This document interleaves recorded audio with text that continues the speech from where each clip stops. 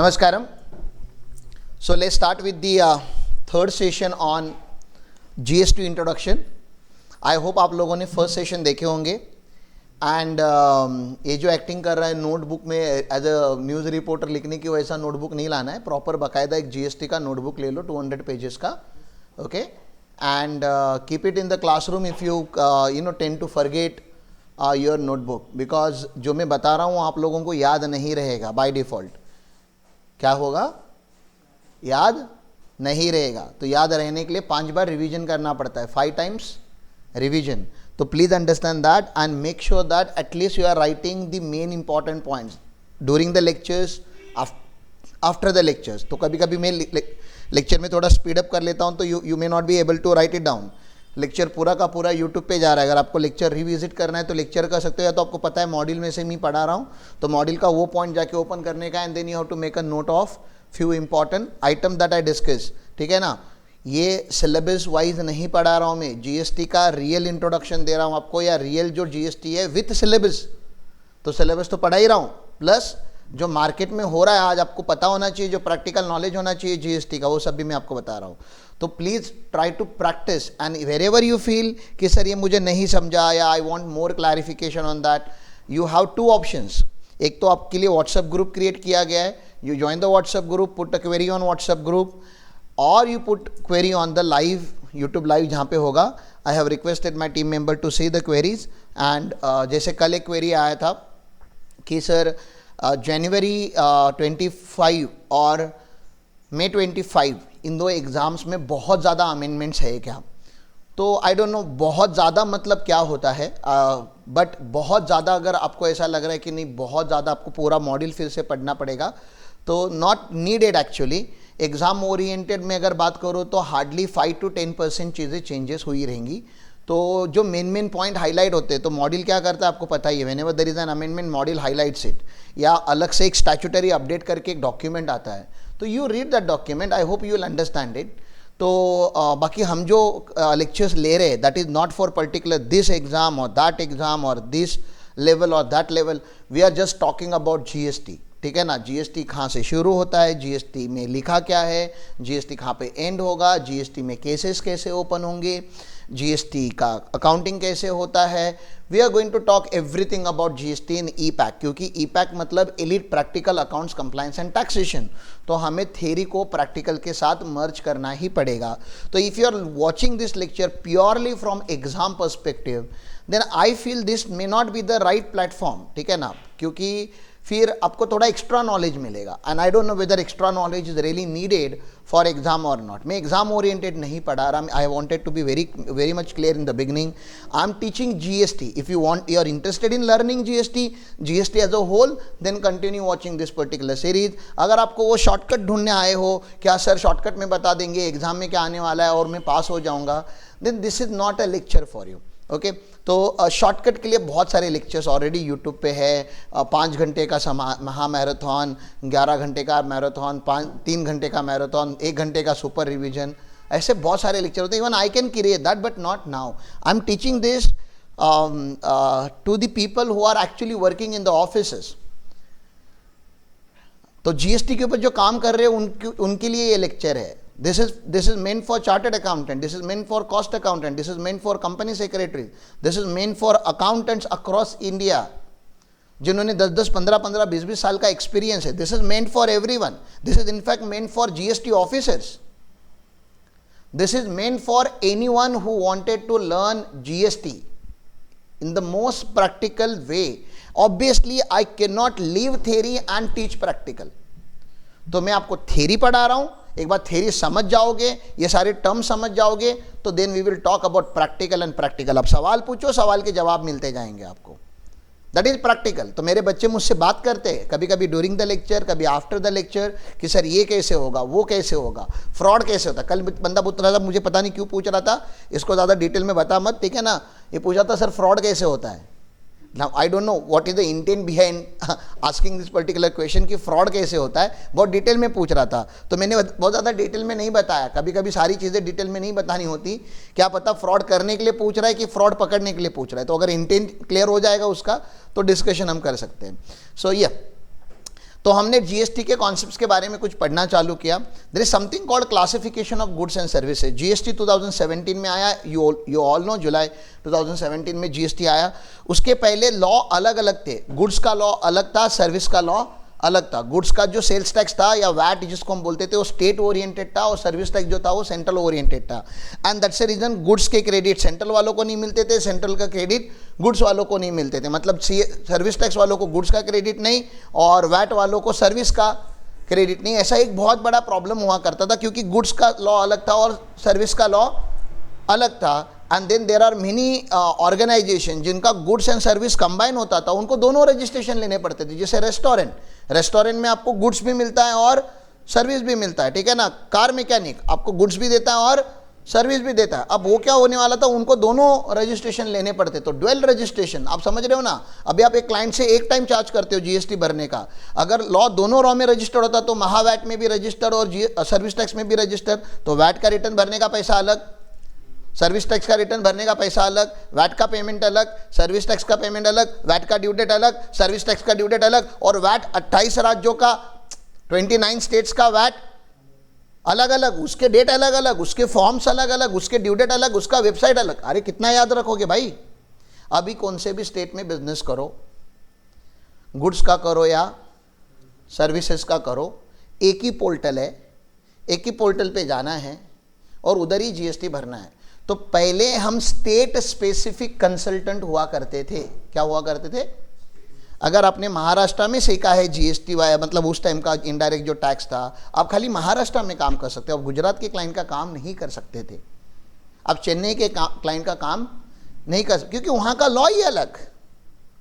अभी आप मुझे बताइए, आपने महाराष्ट्र का जीएसटी का काम सीखा, आप कहाँ कहाँ का काम कर सकते हो या कर रहे हो.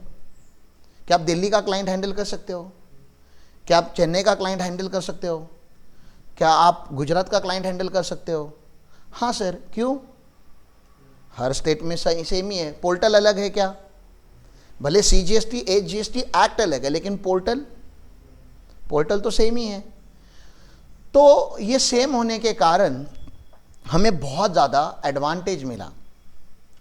You became the national consultant. और थोड़ा और पढ़ लोगे तो you will also become international consultant, क्योंकि जीएसटी ऑलमोस्ट हर देश में है जो डेवलप है, जिनके साथ हम व्यापार करते हैं, बिजनेस करते हैं. तो जैसे हमारे देश में जितना कॉम्प्लिकेटेड है उतना किसी भी देश का नहीं है, क्योंकि फॉरेन में 2 ही टाइप की जीएसटी होती है. या तो यहाँ पे सेंट्रल जीएसटी होगा, एक ही जीएसटी, या तो स्टेट जीएसटी होगा. कुछ देश है जहाँ पे सीजीएसटी और एचजीएसटी दोनों है. कुछ ही देश है जहाँ पे दोनों, जैसे हमारे यहाँ पे दोनों है. मैक्सिमम देशों में क्या है, या तो सीजीएसटी या तो एचजीएसटी. और कुछ ऐसे कंट्रीज है जहाँ पे दोनों हैं, सीजीएसटी भी है और सेंट्रल का भी है और स्टेट का भी. जैसे हमारा स्ट्रक्चर है, आईजीएसटी किसी के पास नहीं है, that is only with India. तो अगर आपने इंडियन जीएसटी पढ़ लिया, मतलब इंडिया का इनडायरेक्ट टैक्स अगर पढ़ लिया, तो मुझे ऐसा लग रहा है, एक तो सारे स्टेट, मतलब इंडिया का मतलब महाराष्ट्र का पढ़ेंगे हम पहले. तो महाराष्ट्र का मतलब हम सेंट्रल का ही पढ़ रहे, लेकिन central copy to Maharashtra. Maharashtra में आपके मैक्सिमम क्लाइंट है तो you understand Maharashtra very easily, but it is exactly same in all the states. तो पहला इंडिया तो कवर हो गया. अब अगर कल आपको दुबई से काम आने वाला है तो आपको थोड़ा ही पढ़ना है, थोड़ा हल्का पढ़ना है, and then you can understand Dubai VAT easily. लेकिन ये अगर समझ में आया तो समझ में आया. पढ़ाऊं फिर.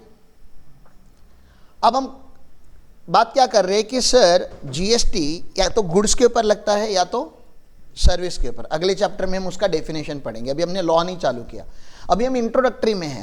हम जनरल बातें कर रहे हैं जीएसटी की. We are not talking section की, इस सेक्शन में क्या लिखा है, उस सेक्शन में क्या लिखा है. लेकिन अगला चैप्टर जैसे ही चालू हो जाएगा तो मैं आपको सेक्शंस की बातें बताऊंगा. इस सेक्शन में गुड्स को डिफाइन किया, इस सेक्शन में सर्विस को डिफाइन किया. अब मार्कर को इंडिया में मार्कर बोलते हैं, मार्कर को चाइना में क्या बोलते हैं, जापान में क्या बोलते हैं. अरे मुझको नहीं पता, आपको कैसे पता? आप गए थे क्या चाइना में? चाइना में तो चाइनीज लैंग्वेज में कुछ बोलते होंगे ना. लैपटॉप को हम laptop is English word. Laptop को चाइना में क्या बोलते हैं? मैं बाहर के देश में क्यों जाऊं? आप मुझे बताओ, हमारे यहां पे स्टेट्स में भी शब्दों का मतलब अलग है. प्रोडक्ट के नाम अलग है, मैं इंग्लिश की बात नहीं कर रहा, आप अपनी रीजनल लैंग्वेज की बात समझो। रीजनल लैंग्वेज मराठी में जिस आइटम को हम जो बोलते हैं, हिंदी में उस आइटम का वो नाम नहीं है, कन्नड़ा में उस आइटम का नाम वो नहीं है। साथ ही जो घर में हमारे यूटेंसिल्स वगैरह भी जो यूज होते हैं उसके नाम अलग अलग है। तो जब मैं जीएसटी के रेट लिखूंगा, कहीं तो रेट लिखने पड़ेंगे ना, या ये जीएसटी आया हुआ है कस्टम्स में से, तो कस्टम्स के एंगल से समझिए आप। कस्टम्स में जब पहली बार आईपैड इंडिया में इंपोर्ट हुआ तो उसके ऊपर टैक्स कितना लगाने का आईपैड पता है, समझ रहे आपको, टैक्स कितना लगाने का समझ में नहीं आ रहा था हमें, क्योंकि आईपैड जैसा इस दुनिया में हमने पहले कभी देखा ही नहीं था। ये मोबाइल था कि लैपटॉप था, लैपटॉप जैसा दिख रहा है, काम तो लैपटॉप जैसा कर रहा है लेकिन दिख रहा मोबाइल जैसा है, बड़ा है खाली। मोबाइल में क्लासीफाई करे कि लैपटॉप में क्लासीफाई करे, तो क्या बोले उसको, क्योंकि आईपैड जैसा it was invented product, it's a new invention. अब न्यू इन्वेंशन उसका क्या बोलेंगे हम। अच्छा, और एक चीज आपको मैं पूछता हूं, मैं अगर आपको डिक्शनरी में एलिफेंट ढूंढने बोलूं, डिक्शनरी में एलिफेंट ढूंढना मतलब उसकी वर्ड को ढूंढना, ऐसा एलिफेंट मतलब जंगल वाला एलिफेंट नहीं, तो आपको कितना टाइम लगेगा एलिफेंट ढूंढने के लिए। डिक्शनरी ये बहुत बड़ी, इतनी मोटी डिक्शनरी है, उसमें आपको एलिफेंट ढूंढना है, कितना टाइम लगेगा। 5 to 10 सेकेंड। कैसे ढूंढोगे आप। पूरा डिक्शनरी, पूरे वर्ड जो है वो अल्फाबेटिकली अरेंज किए गए, तो पहला you will jump on E, then L, मतलब ऐसा ई का फटाफट करोगे ना, and then you will find it within few seconds. लेकिन मैंने डिक्शनरी जंबल करके आपको दी है, मिक्स करके दी है। आपका पहला ही लेटर जो डिक्शनरी में आपने ओपन किया वो फॉर ऑरेंज दिख रहा है। अब कितना टाइम लगेगा एलिफेंट ढूंढने के लिए।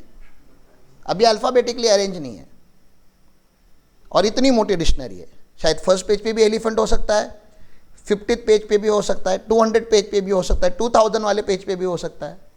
अब कितना टाइम लगेगा हमें नहीं पता कितना लगेगा सर, और क्या पता हमने पूरा देखना डिक्शनरी फिर भी एलिफेंट नहीं मिला, रह जाता है ना कभी कभी भाई, दिखता नहीं है। तो 1975 के पहले वो हमारे हालात थे। अगर आप इंपोर्टर होते और आप अगर कुछ इंपोर्ट करने वाले रहते, मान लेते ये जो ट्यूबलाइट यहाँ पे लगी है इसको आप इंपोर्ट करने वाले हो, तो आप किसी कॉस्ट अकाउंटेंट, किसी चार्टर्ड अकाउंटेंट के पास जाते थे और बोलते थे कि मैं ये चीज़ इंपोर्ट करने वाला हूँ, इसके ऊपर कस्टम ड्यूटी कितना लगेगा, इनडायरेक्ट टैक्स कितना लगेगा वो बताओ।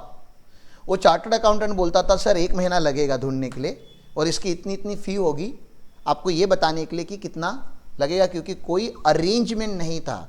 That guy has to read the whole sequence, क्योंकि ये एग्जैक्टली कौन सी ट्यूबलाइट है इसका क्लासिफिकेशन हमें नहीं मिलता था। It was not very easy to find. और ये हमारी देश का प्रॉब्लम नहीं था, ये ऑलमोस्ट हर देश का प्रॉब्लम था, क्योंकि उन्होंने एक्सपोर्ट करने के टाइम पे ऐसा कुछ चाइना में कुछ लिखा है इनवॉइस पे, अब हमारे इंडियन पोर्ट पे वो चाइना में आया हुआ है, या इंग्लिश में भी उन्होंने ट्रांसलेट करके भी लिखा, तो उनका चाइना टू इंग्लिश का ट्रांसलेशन और हमारा इंग्लिश का understanding may not B same, तो वो बहुत गड़बड़ होती थी। तो सारा वर्ल्ड साथ में आया, यूनाइटेड नेशंस वगैरह आपको पता है बहुत बड़े बड़े फोरम में उन्होंने साथ में आए और उन्होंने बोला यार कुछ तो इसका करना पड़ेगा, कुछ तो सोल्यूशन निकालना पड़ेगा, क्योंकि लैंग्वेज हर देश में अलग है, नाम हर देश में अलग है, तो हम नाम फॉलो नहीं कर सकते। लेकिन नंबर एक ऐसी चीज़ है, नंबर एक ऐसी चीज़ है जो हर देश समझता है, भले कोई भी लैंग्वेज हो, 1 2 3 4 5 6 7 8 सबको समझ में आता है। हम नंबर से गुड्स को आइडेंटिफाई करेंगे। किसे आइडेंटिफाई करेंगे? Numbers. We will assign numbers and then they started giving code number. जैसे आपको रोल नंबर नहीं होता कॉलेज में, आपका रोल नंबर होता है, वैसे प्रोडक्ट को उन्होंने रोल नंबर, कोड नंबर देना चालू किया, क्योंकि नाम तो अलग अलग देश में अलग अलग हो सकता है लेकिन नंबर तो एक ही होगा ना, तो नंबर से हमने आइडेंटिफाई करना चालू किया। Initially it was 4 digit, then it became 6 digit, now it is 8 digit. 8 digit का कोड नंबर होता है किसी भी प्रोडक्ट का। अभी 8 नंबर होते हैं, चैप्टर, हेडिंग, सब हेडिंग, सब हेडिंग, ऐसा एक उसका एक क्लासिफिकेशन होता है 8 डिजिट का। आई कैन शो यू, मतलब कहीं ना कहीं पे होगा वो 8 डिजिट क्लासिफिकेशन, दिख नहीं रहा है यहाँ पे, नेक्स्ट चैप्टर में होना चाहिए। या गूगल पे डाल सकते हैं। कोई प्रोडक्ट बोलो, HSN क्लासिफिकेशन, HSN कोड, क्या पता ये क्या है, ठीक है ना। ये देखो कितना डिजिट का है, 0404 एंड 9000, ठीक है ना। ये कोड है ऐसा बहुत बड़ा, ये किस चीज़ का है, corresponding to the dairy produce, edible produce, animal origin, specifically it covers whey whether और नॉट कॉन्सेंट्रेटेड और कंटेनिंग एडेड शुगर, ऐसा कुछ यहाँ पे आया हुआ है ना। तो ऐसा हर एक चीज़ का क्या होता है, कोड होता है। तो ये दिख रहे हैं आपको, ये कोड है, दीज आर दी कोड्स। इसको हम HSN बोलेंगे, हार्मोनाइज सिस्टम ऑफ नॉमेनक्लेचर इसका फुल फॉर्म होता है। लेकिन वो बताता हूँ मैं, यहाँ पे प्रोडक्ट के नाम लिखे होते हैं लेकिन नाम इंपॉर्टेंट नहीं है, ये कोड इंपॉर्टेंट है और उसके रेट इंपॉर्टेंट है, ठीक है ना। तो GST का जो क्लासिफिकेशन है ना, वो डिराइव किया गया है फ्रॉम द कस्टम्स का क्लासिफिकेशन, क्योंकि कस्टम्स में बहुत सारे गुड्स को ऑलरेडी डिफाइन करके रखा हुआ था। अच्छा, आपने कभी भी होटल में गए हो तो मेनू कार्ड जैसे आपको देते, पता है होटल में जाते तो मेनू कार्ड लिखा होता है। तो मेनू कार्ड में क्या लिखा होता है ना, मेनू कार्ड में लिखा होता है कि भैया एक साइड पे आपका प्रोडक्ट का नाम लिखा होता है और दूसरे साइड पे प्रोडक्ट का रेट लिखा होता है। लेकिन अगर आपने कभी उसके सॉफ्टवेयर को देखा, मतलब जो काउंटर पे बिलिंग करता है, वो बिलिंग करने वाला बंदा है ना, वो नाम से नहीं बिल करता, उसके पास कोड होते हैं।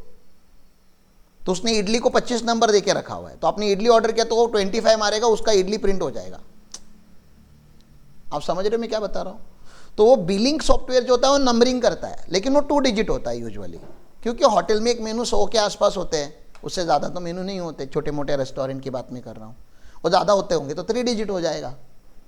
8 डिजिट क्लासिफिकेशन उसको ज़रूरत नहीं ना, वो अपनी इडली मांगा उसको 8 डिजिट मारना पड़ेगा, तो वो क्या मतलब, मजाक नहीं हो जाएगा।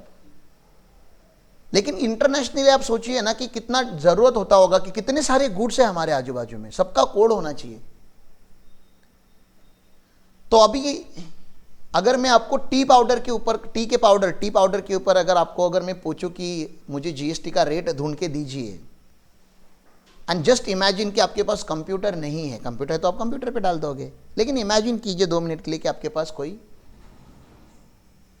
नहीं है, सिस्टम नहीं है, तो आप क्या करोगे, टी पाउडर को कैसे ढूंढोगे। तो कोई एक बुक है, कस्टम्स में कैसे ढूंढोगे पहले बताता हूं। तो कस्टम तारीफ एक्ट, क्या बताएंगे हम, तारीफ। होटल में जाने के बाद वो जो रेट और चार्ट होता है ना, उसको टैरिफ बोलते हैं। टैरिफ, हम तारीफ मतलब थोड़ा हिंदी में बोलेंगे, अच्छा बोलेंगे ना, तारीफ उसकी क्या नाम है इस एक्ट का, कस्टम, हाँ तारीफ एक्ट, ठीक है ना, हाँ टैरिफ बाबा, okay English, okay. Customs tariff act एक कस्टम्स एक्ट है जो कस्टम ड्यूटी लगाता है, दैट इज 1962। और एक कस्टम टैरिफ एक्ट है, मतलब कस्टम्स के रेट कस्टम्स एक्ट में नहीं है। कस्टम्स क्या रेट पे लगेगा, कस्टम ड्यूटी मतलब इंपोर्ट ड्यूटी क्या रेट पे लगेगी, कौन से एक्ट में लिखी गई है, कस्टम्स टैरिफ एक्ट 19। इसका रेफरेंस यहाँ पे क्यों आया हुआ है, कस्टम ड्यूटी कहाँ पे मिलेगी, अगर आपको कोई पूछता है तो क्या बोलोगे, कस्टम्स एक्ट में कि कस्टम टैरिफ एक्ट में। कस्टम ड्यूटी के रेट कहाँ हैं, कस्टम्स, गोल्ड क्या रेट पे टैक्स होगा, सिल्वर क्या रेट पे टैक्स होगा, इलेक्ट्रॉनिक क्या रेट पे टैक्स होगा, टेक्सटाइल क्या रेट पे टैक्स होगा, लेदर क्या रेट पे टैक्स होगा, ये कस्टम्स एक्ट में नहीं लिखा है। कहाँ लिखा है, कस्टम टैरिफ एक्ट। टैरिफ का मतलब ही क्या है, टैरिफ रेट। तो कस्टम्स में अलग से एक्ट बनाया है, खाली किसके लिए, कस्टम्स रेट के लिए। और ये अभी नहीं बना, 1975 में बना है, तो ऑलरेडी क्लासिफिकेशन हो चुका था। तो जब GST आया तो हम नया क्यों क्लासिफिकेशन करें, ऑलरेडी बहुत डिटेल लेवल का क्लासिफिकेशन कस्टम्स ने करके रखा था। तो जब GST हमें लगाना था, हमने रेट नहीं सेम उठाए, लेकिन हमने क्लासिफिकेशन टेबल कॉपी किया, रेट हमारे हिसाब से हमने मॉडिफाई किए और टेबल भी हमारे हिसाब से हमने मॉडिफाई किया थोड़ा बहुत। इंडियन कॉन्टेक्स्ट में कस्टम्स एक्ट क्या है, ग्लोबल अंडरस्टैंडिंग कैसे बना है, हमें इंडिया में जो गुड्स मिलते हैं उसके हिसाब से हमें बनाना पड़ा। वो जो रिक्लासिफिकेशन हमने इंडिया में किया उसका नाम है HSN, harmonise system of nomenclature. दिख रहा है आपको नाम क्या है, हार्मोनाइज मतलब हारमोनी समझते हैं आपको, सारे गामा पा वगैरह गा सकते हो ना उसके ऊपर, हारमोनी मतलब इसके अंदर एक हारमोनी है, मतलब रैंडम नहीं है। ये डिक्शनरी अगर ओपन करोगे तो पहला ए फॉर एप्पल आएगा। हेलो, यहाँ पे ऑरेंज नहीं आएगा, मतलब एक हार्मोनाइज्ड है, मतलब चैप्टर्स में डिवाइड किया गया है, फिर हेडिंग है, फिर सब हेडिंग है, मतलब प्रॉपर लिखा गया है, तो हार्मोनाइज है, एक सिस्टम है। और किसका? नॉमेनक्लेचर का। नॉमेनक्लेचर मतलब नाम। आप नाम से प्रोडक्ट को इसके अंदर ढूंढ सकते हो, लेकिन जब रेट सिलेक्ट करना होता है तो कोड सिलेक्ट करना पड़ेगा आपको। अब नाम से नहीं, नाम से आपको कोड आइडेंटिफाई करना है, लेकिन रेट तो कोड से आइडेंटिफाई होगा, नाम से रेट नहीं आइडेंटिफाई होता हमारे यहाँ पे, क्योंकि जीएसटी पोर्टल को भी नाम नहीं समझता। जीएसटी पोर्टल को नंबर समझता है, कोड समझता है, और उस कोड का नाम क्या है? HSN, harmonise system of nomenclature which is the code of a number. क्यों रिक्वायर्ड है? क्योंकि उसके सामने उसका टैक्स का रेट लिखा जाता है। यहां तक क्लियर है? सर, अगर आपको कोई बोलता है कि मुझे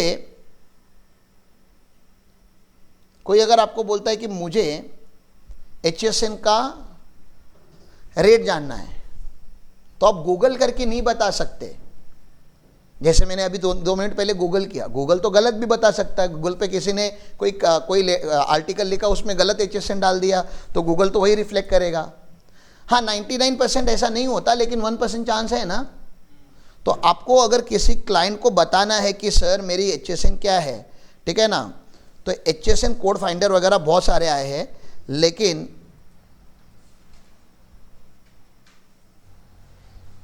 इनडायरेक्ट टैक्स का जो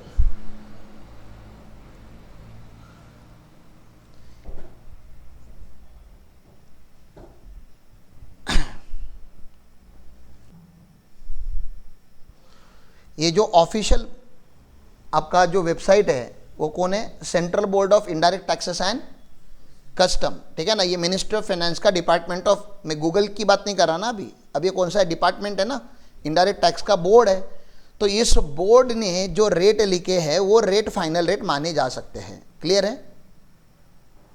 हेलो, और आपको यहाँ पे ऑप्शन दिख रहा है, यहाँ पे एक गुड्स का ऑप्शन है और एक सर्विस का। पहले सर्विस का देख लेते, वो आसान है।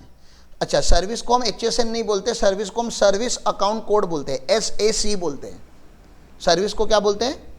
SAC, service account code. अब देख सकते हैं यहाँ पे, तो यहाँ पे पहला उन्होंने कंस्ट्रक्शन का बोला है, तो कंस्ट्रक्शन का उन्होंने बोला है कि अगर आप अफोर्डेबल कंस्ट्रक्शन बनाते हो, थोड़ा ही छोटा छोटा दिख रहा है, लेकिन प्लीज़ आप एडजस्ट कीजिए। बोलते CGST का रेट 0.75% है, तो HGST का रेट भी 0.7% होगा, तो IGST का कितना होता है? दोनों का मिला के इंटीग्रेट है, दैट इज 1.5। ये समझ में आ रहा है आपको मैंने क्या बताया? ठीक है ना। तो यहाँ पे ये ऑफिशियल वेबसाइट है। अब ऑफिशियल वेबसाइट में आप देख सकते हो उन्होंने हेडिंग पहले लिखे 9954, तो कंस्ट्रक्शन वाला अगर आपका आइटम होगा तो आप 9954 में ढूंढोगे। सब कैटेगरी ढूंढने से पहले मेन कैटेगरी ढूंढोगे ना। आपको सब कैटेगरी ये नहीं चाहिए, आपको रेस्टोरेंट चाहिए, ठीक है ना, या आपको और कुछ चाहिए, अकोमोडेशन, फूड बेवरेज सर्विस चाहिए। अब आप देखोगे ना कि रेस्टोरेंट में क्या है? Hotel having value of supply unit accommodation less than और इक्वल टू 7500, ठीक है ना। तो पर डे जिस होटल का रेट 7,500 से कम होता है, पर डे जिस होटल का रेट, क्या मैंने बोला? पर डे चार्ट होता है ना उनका, तो जहाँ पे 7,500 के नीचे का रेट होता है वहाँ पे 6% का रेट लगता है। 6% CGST, 6% HGST। IGST होगा तो कितना? हाँ, IGST लगता नहीं होटल पे, होटल पे हमेशा CGST और HGST लगता है। क्यों? क्योंकि आप सप्लाई होटल में जाके लेते हो, वो इंटरस्टेट पॉसिबल नहीं है। मैं मुंबई में बैठ के गोवा के होटल के एंजॉय नहीं कर सकता, ठीक है। तो वो सारी बातें होती है। हाँ, ऐसा कुछ है, उन्होंने अकोमोडेशन में अलग अलग लिखा है। यूजुअली होटल पे 2.5 का भी चलता है, रेस्टोरेंट पे आप जहाँ पे फूड वगैरह खाते हो वहाँ पे यूजुअली 5% का रेट चलता है। कंपोजिशन स्कीम भी है उसके लिए, तो we will see that. Passenger transport में भी उन्होंने बोला है, जो फर्स्ट क्लास से जो या एयर कंडीशनल कोच से आप ट्रैवल करते हो उसका 2.5 मतलब AC कोचेस पे, रेलवे पे कितना रेट है? 5%। और मैं अपने मन की बात बता रहा हूँ क्या? नहीं, मैं यहाँ से देख के बता रहा हूँ। और इसका जब आपको क्लाइंट कोई बोलता है कि मेरे को रेट बताओ, तो आप इस वेबसाइट पे आनी चाहिए और यहाँ पे ढूंढना चाहिए आपको। और ऐसा मैन्युअली ढूंढने की ज़रूरत नहीं है, यहाँ पे ऊपर सर्च बटन है, ठीक है ना, तो आप यहाँ पे सर्च में डाल सकते हो। या तो सर्च में आपको चैप्टर हेडिंग वगैरह पता है तो सर्च में डालो, या जो गुड्स का डिस्क्रिप्शन है या सर्विस का डिस्क्रिप्शन है वो डालो, ठीक है। अब जैसे यहाँ पे हम डालते हैं कैशो, तो कैशो आ गया। कैशो का हेडिंग है 0801, इसको चैप्टर या हेडिंग बोलते हैं, ठीक है ना, मेन हेडिंग है वो। अब मुझे उसके अंदर अंदर जाके अगर देखना है तो आप देख सकते हो, इसमें उन्होंने देखा है कैशू नट अगर है वेदर और नॉट शेल्ड और पील्ड, हाँ अगर ऐसा नहीं है तो 2.55% है। क्लियर है? तो इजी है ढूंढना। अच्छा, इसकी एक एक्सेल भी आती है, आप एक्सेल भी डाउनलोड कर सकते हो, पीडीएफ भी आता है, पीडीएफ भी डाउनलोड कर सकते हो। मैं आपको वेबसाइट पे लाइव बता रहा था कि ये ऐसे ऐसे चलता है।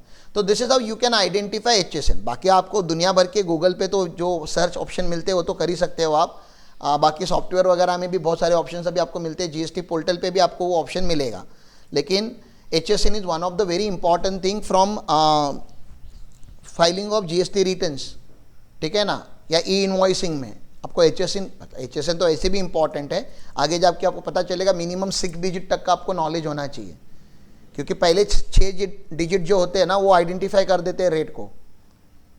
तो HSN के ऊपर इतना डिस्कशन ठीक है। HSN क्या है? कुछ नहीं, गुड्स का एक कोड है, मैथमेटिकल कोड है। कहाँ से डिराइव हुआ है? अरे ये कॉन्सेप्ट कहाँ से आया है? कस्टम्स टैरिफ एक्ट से लाया, क्योंकि कस्टम्स वालों ने पहले इन्वेंट करके रखा था।